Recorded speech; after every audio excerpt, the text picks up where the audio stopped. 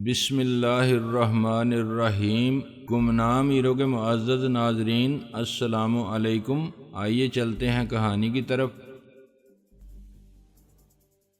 میں نے ایک ٹھنڈی سانس لی۔ یہ سلسلے ہیں رسم عاشقی کے۔ اس میں تقاضائے ناز حسن بھی ہوتا ہے کہ بے خطر کود پڑا آتش نمرود میں عشق، بس تو بیٹا کود پڑ باڑ میں جا، رئیس بولا۔ میں نے کہا یار خفا مت ہو، کیا تو نہیں جائے گا؟ نہیں، مجھے اس نے مروت میں کارڈ دے دیا تھا ڈاکٹر کمال فاروقی نے۔ پہلے تیری اور میری دوستی کے بارے میں کون جانتا تھا؟ وہی جو میرے اور تیرے دوست تھے اور اپنے تھے، مگر اب پرائے بھی جانتے ہیں اور دشمن بھی۔ میں وہاں نظر آیا تو کیا تاڑنے والے تاڑ نہیں جائیں گے کہ میرا قریبی تعلق ہے ان سے اور میرا تعلق ہے تو کیا انہیں شک نہیں ہو جائے گا؟ یہ کوئی ضروری تو نہیں کہ جن کو تو جانتا ہو ان سب سے میرا بھی تعلق ہو۔ ابے شک سے ڈر، شک سے اگر کسی نے تصدیق کرنے کی ٹھان لی تو سارا بانڈا پھوٹ جائے گا، مارے جائیں گے ہم سب۔ میں نے کہا اچھا چل اٹھ میرے ساتھ چل۔ میں نے کہا نہ کہ مجھے اس شادی میں نہیں جانا۔ اس نے کہا تجھے شادی کی پڑی ہے، مجھے اپنی فکر ہے۔ ملک خدا بخش کے آسرے ہم نے اس کے مخالفین کے ساتھ بہت پنگے لیے تھے۔ میں نے کہا ڈر مت، اللہ پر آسرا کر پیارے، جو معاملہ ہے اللہ کے بندوں کا۔ ملک خدا بخش کے اشارے پر ہم نے اس کے مخالف کے جلسے خراب کیے، کارکن اٹھائے، اس کے بندوں کی پھینٹی لگائی، پوسٹر پھاڑے اور بینر اتارے۔ رئیس رونی آواز میں بولا اب وہ چھوڑیں گے مجھے، سب گن گن کے بدلے لیں گے۔ میں نے اسے تسلی دی یار اس کام میں تیری گڈ ول تو ہوگی، جاننے والے ضرور جانتے ہوں گے کہ رئیس بڑا خبیث ہے ایسے کاموں میں۔ خیر وہ تو ہے، اپنی چنڈال چوکڑی کی داغ بیٹھی ہوئی تھی۔ میں نے کہا پھر کیا فکر ہے، کوئی اور تیری خدمات حاصل کر لے گا، اپنے فیلڈ کا اسپیشلسٹ ہے تو بے روزگار نہیں رہ سکتا۔ کیا کبھی کسی اور نے نہیں بلایا کہ استاد چھوڑو ملک بخش کو، ہمارے لیے کام کرو؟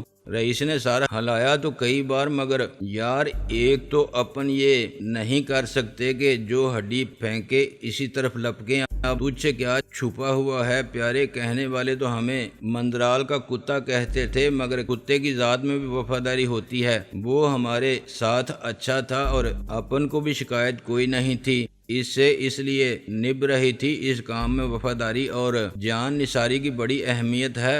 قدر اس کی ہوتی ہے جس پر بھروسہ ہو کہ ہمارا بندہ ہے تو ہمارا بھی رہے گا، اسے کوئی خرید نہیں سکتا۔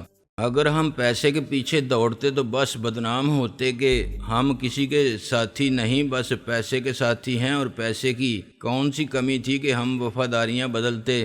پھر کیا مسئلہ ہے، کوئی نہ کوئی قدرداں فوراً تیری خدمات حاصل کر لے گا۔ میں نے کہا وہ تو ٹھیک ہے، مگر ابھی مجھے فکر ہے ٹھکانہ بدلنے کی، سالے یہاں نہ پہنچ جائیں اپنی اینٹ سے اینٹ بجانے، کچھ دن غائب رہنا ضروری ہوگا۔ میں نے اسے شرم دلائی، ابے تو بزدل ہو گیا ہے الو کے پٹھے، اتنا ڈرتا ہے مار کھانے سے تو پھر ایسے دندے چھوڑ کیوں نہیں دیتا؟ ڈرتا کون ہے، اپنا شروع سے یہی حال ہے، اور آج بھی اپن جو کرتے ہیں اپنے ان بازوؤں کے دم پر کرتے ہیں۔ بیٹا اس نے اپنے بازوؤں کی مچھلیاں دکھا کے کہا، مرد کا بچہ رئیس کوئی سالہ زنہا نہیں ہو جائے گا ایک خدا بخش کے مرنے سے۔ میں نے کہا اچھا تو پھر اٹھ، ابھی تک میں نے طے نہیں کیا کہ اس شادی پر قمر کو کیا تحفہ دوں، بہت سوچا مگر کچھ سمجھ میں نہیں آیا۔ رئیس نے کہا ابے ایسے ہی چل پڑوں تیرے ساتھ، اپنی ربڑی کو لوارس چھوڑ جاؤں؟ باہر 30 مار خاں جو ہے۔ میں نے اسے پکڑ کے باہر کی طرف کھینچا، یہ گل بدن ہے کون؟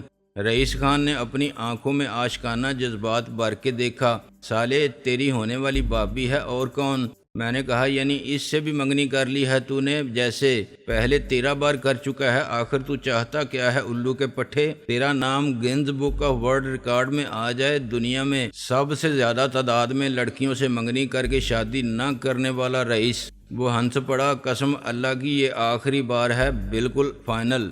ایسی باتیں بہت سنی ہیں میں نے۔ رئیس نے کہا اس بار تو دیکھ لے گا اپنے یار کو دولہا بنا ہوا، یقین کر شادی کے دعوت نامے بھی چھپ گئے ہیں۔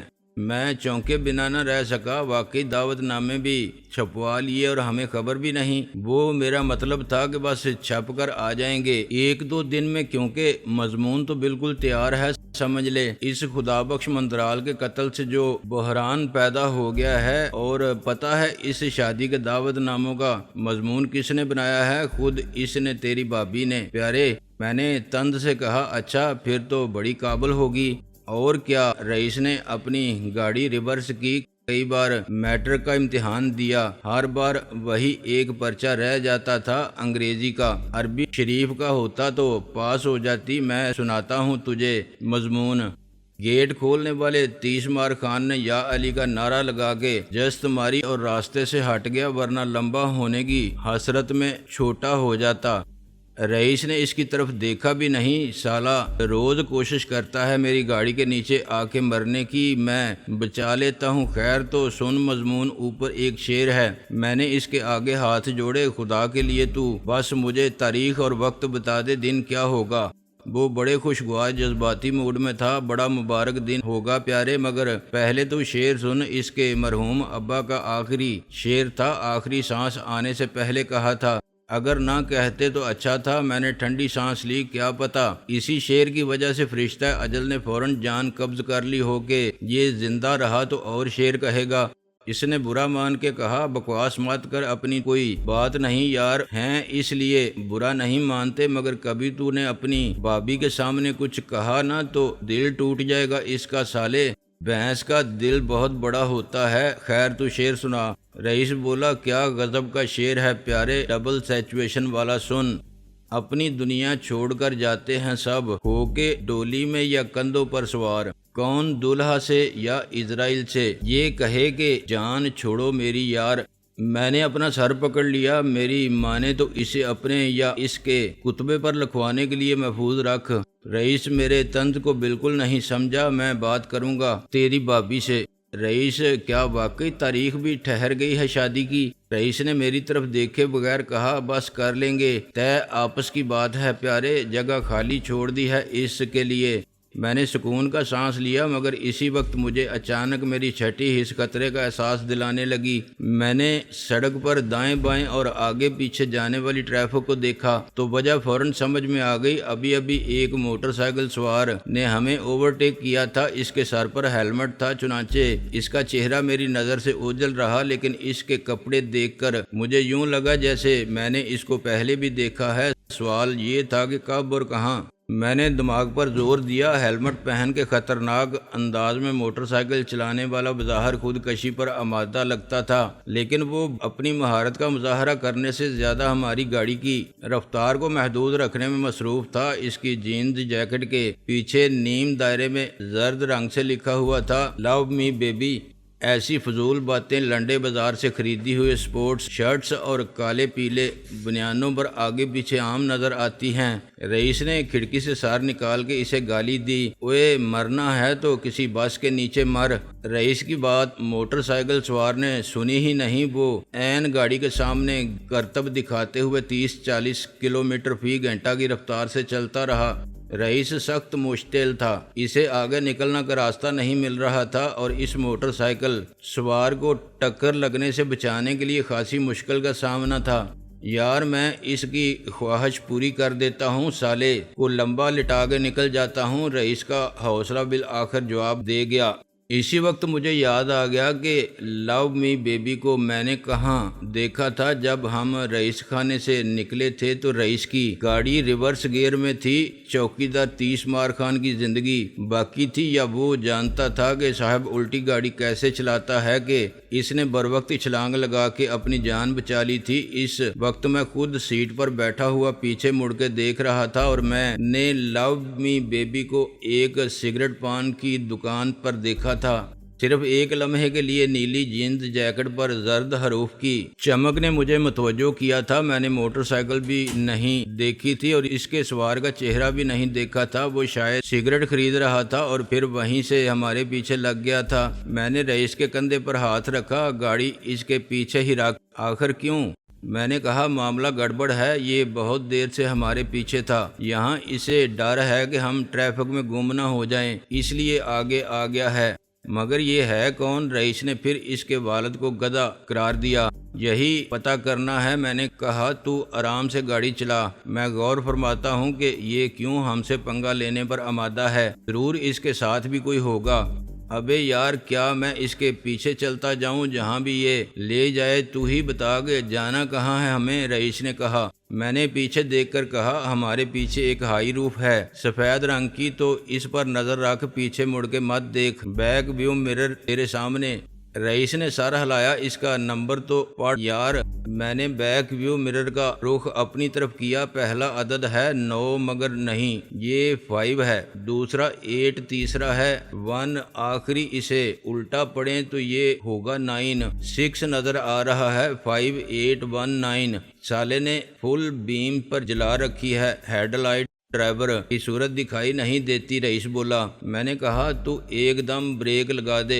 رئیس نے پیڈل دبا دیا۔ پیچھے آنے والی ہائی روف کے ڈرائیور کے لیے یہ بہت غیر متوقع تھا۔ اس نے کوشش کر کے اپنی گاڑی کو چند انچ کے فاصلے پر روک لیا، مگر خود اس کے پیچھے آنے والے نے ہائی روف کو ٹکر مار دی، تیسری گاڑی میں چوتھی گھس گئی۔ اس کے بعد وہی ہوا جو ہونا چاہیے تھا۔ یک وقت 2 کاروں کے مشتل ڈرائیور گاڑی سے اترے اور ہائی روف کے ڈرائیور پر چڑھ دوڑے۔ اوئے پاگل دے پتر، بریک کیوں لگائی ہے؟ ایک نے کہا۔ دوسرا چلانے لگا، بیچ سڑک میں گاڑی روک دی۔ پھر پہلا بولا، نیچے آ، تیری تو ہائی روف کا ڈرائیور گرم ہو گیا۔ اوئے گالی مت دے، گالی نہ دوں تو انعام دوں تجھے۔ دوسرے ڈرائیور نے اسے قمیض کے کالر سے پکڑ کے باہر کھینچ لیا۔ دیکھ کتنا نقصان ہوا ہے ہمارا۔ اوئے چھوڑ مجھے، پوچھ آگے والے سے۔ میں نے رئیس سے کہا، اب دوڑ لگا دینا، مگر میری بات سے پہلے ہائی روف کے ڈرائیور کی بات سنتے ہی رئیس نے ایکسیلیٹر دبا دیا تھا۔ مارا گیا سالا، وہ چھوڑیں گے نہیں نقصان پورا کیے بغیر۔ میں نے پلٹ کے دیکھا، تیری گاڑی کا نمبر اس نے کہہ ہمارا بہت صاف پڑا جاتا ہے، مگر غلط ہے، 5 کا سفید ٹیپ سے 8 بنا رکھا ہے، 1 کو 7 اور 6 کو 5۔ میں نے کہا، وہ موٹر سائیکل والا کدھر گیا؟ پتہ نہیں، تو نیچے اتر کے جیپ کے پیس اتار لے۔ رئیس نے ذرا سی دیر کے لیے گاڑی روکی تو میں نے آگے پیچھے کی نمبر پلیٹ پر چپکے ہوئے سفید پلاسٹک ٹیپ کے ٹکڑے ہٹا دیے۔ گاڑی کا اصل نمبر بالکل مختلف تھا۔ میرا خیال تھا کہ ان پیچھا کرنے والوں سے جان چھٹ گئی۔ رئیس نے میری ہدایت کی مطابق گاڑی کو ہال روڈ اور بیڈن روڈ کا پورا راؤنڈ لگا کے ریگل سے واپس انارکلی کی طرف دوڑایا۔ میں نے اپنی نظر گاڑیوں پر رکھی، مجھے نہ کہیں وہ لو می بیبی والا دکھائی دیا اور نہ ہمارا پیچھا کرنے والی ہائی روف۔ سفید رنگ کی سوزوکی ہائی روف گاڑیاں بہت تھیں اور میں نے نمبر نہ پڑا ہوتا تو میرے لیے اصل گاڑی کو پہچاننا مشکل ہو جاتا۔ میں ہر سفید رنگ کی ہائی روف پر شک کرتا اور پریشانی ختم نہ ہوتی۔ میں نے کہا، بس اب ایزی ہو جا، ہم انہیں ڈاج کرنے میں کامیاب رہے۔ یہ سالے کتے کب سے ہمارے پیچھے لگے ہوئے تھے۔ میں نے اسے بتایا کہ لو می بیبی کو میں نے کہاں دیکھا تھا۔ رئیس خانے سے ہمارا تعاقب کیا جا رہا تھا۔ مگر کیوں؟ اس نے ایک احمقانہ سوال کیا۔ میں نے کہا، وہ تجھے گلے لگا کے شادی کی مبارکباد دینا چاہتا تھا۔ رئیس ربڑی والے اس کے خوش قسمت عاشق ہوں گے جو شادی سے بچ گئے۔ یہ تو بعد میں پتہ چلے گا۔ پیارے کے اس خونخوار کرنل کی بیٹی سے شادی کرنے والا خوش قسمت تھا کہ رئیس خان پیار سے گر گئی تجھ پر تو زمین پھٹ جائے گی اور تو اس میں سما جائے گا، زندہ درگور ہو جائے گا۔ رئیس نے فوراً جوابی حملہ کیا، اور کسی نے قتل نہ کیا تجھے تو وہ اخبار والی شبنم کر دے گی اور گاڑ دے گی اصل شاہ عالم کی جگہ۔ میں تو شاید بچ جاؤں، تو نہیں بچے گا۔ سر پر تمبورا مار کے تیرا سر پھاڑ دے گی چندہ۔ میں نے کہا، جاہل کی اولاد، وہ تمبورا نہیں بجاتی ہے۔ پہلے میرا ارادہ تھا کہ انارکلی کے کسی اچھے جیولر سے کمر کے لیے کوئی ڈائمنڈ سیٹ لے لوں گا اور ایسا ہی کوئی تحفہ۔ فاروقی کے لیے ضرورت انہیں کسی چیز کی نہیں تھی۔ تحفہ محض محبت کے اظہار کا ایک علامتی ذریعہ ہے، اس کے کم قیمت یا بیش قیمت ہونے سے کوئی فرق نہیں پڑ سکتا۔ اندیشہ مجھے یہ تھا کہ کہیں میرا تحفہ مسترد نہ ہو جائے۔ ناصر عظیم اگر قمر کو صرف پیار سے ماتھے پر بوسہ بھی دیتا تو اس کا کوئی مول نہ تھا۔ شاہ عالم ہیروں کا 9 لکھا ہار بھی دے دے تو قمر اس اجنبی سے کوئی تحفہ کیوں لے گی؟ پھر میں نے سوچا کہ اسے صرف ایک گلدستہ بھیج دوں۔ محبت کے ہر جذبے اور ہر رنگ کی ترجمان پھولوں کی زبان سے بہتر کون کر سکتا ہے؟ اس کے ساتھ بس ایک کارڈ ہو۔ مجھے ایک جذباتی قسم کا خیال بھی آیا کہ میں اپنے خون سے لکھ کر ایک کارڈ لگا دوں، تمہارا بھائی ناصر، یا ایک بھائی کے خون کا نذرانہ۔ مگر یہ فنی طریقہ مجھے غیر حقیقت پسندانہ لگا۔ مجھے اتنا ڈرامیٹک ہونے کی کیا ضرورت ہے؟ کمر تو ہے، بیوقوف جذباتی لڑکی ویسے ہی رونے کا بہانہ ڈھونڈتی ہے۔ پتہ نہیں کتنے دن اس خون کو دیکھ دیکھ کے روئے گی جس سے اس کا رشتہ بھی ٹوٹ چکا تھا۔ اچانک مجھے چاکلیٹ کا خیال آیا اور اس خیال نے مجھے اتنا اداس کیا کہ میں پھر رونے کے قریب ہو گیا۔ کیسی دیوانی تھی وہ چاکلیٹ کی! کھاتی کیا تھی؟ چاکلیٹ چرتی تھی۔ کتنا کہتے تھے سب کہ بھینس بن جائے گی، پھول کے دانت جڑ جائیں گے، خراب ہو کے شوگر ہو جائے گی۔ اس پر خاک اثر نہیں ہوتا تھا اور اسے کچھ ہوتا بھی نہیں تھا۔ وہ جیسی نازک سی اور منی سی تھی ویسی ہی رہی۔ ہنستی تھی تو دانت موتیوں کی طرح جلملاتے تھے، روتی تھی تو آنکھوں سے موتیوں کی لڑی ٹپکتی تھی، بات کرتی تھی تو منہ سے موتی بکھرتے تھے۔ مشکل فیصلہ پل بھر میں آسان ہو گیا۔ میں نے آگے پیچھے دیکھا اور رئیس سے کہا کہ گاڑی کو کرپا رام کمپاؤنڈ میں روک لے۔ وہاں ایک ایسا جنرل سٹور تھا جہاں سے مجھے مطلوبہ چیز ملنے کی امید تھی۔ میرے پاس اپنی حفاظت کے لیے صرف ایک ریوالور تھا جسے میں چھپا کے رکھتا تھا۔ ایک تو اس لیے کہ ریوالور ممنوعہ بور کا اسمگل کیا ہوا اور بغیر لائسنس کا تھا۔ دوسری وجہ یہ تھی کہ شاہ عالم بن جانے کے بعد میری ذات کو لاحق خطرات سے نمٹنے والے میرے ساتھ چلتے تھے۔ کچھ عرصہ یہ کام ایف نے کیا، پھر ایک پرائیویٹ سیکیورٹی ایجنسی کی خدمت حاصل کرنے پر مجبور ہو گیا۔ سب حفاظتی انتظامات محض دل کی تسلی کے لیے ہوتے ہیں، ورنہ جیسا کہ بہت پہلے شاعر فرما گیا ہے، فانوس بن کے جس کی حفاظت خدا کرے، وہ شمع کیا بجھے جسے روشن خدا کرے۔ ہر چند کہ یہ شعر میرے جیسے حقیر فقیر پر تفسیر کے لیے نہیں کہا گیا تھا، مگر ایک دائمی عالمی سچائی کو اس سے بہتر طور پر بیان نہیں کیا جا سکتا تھا۔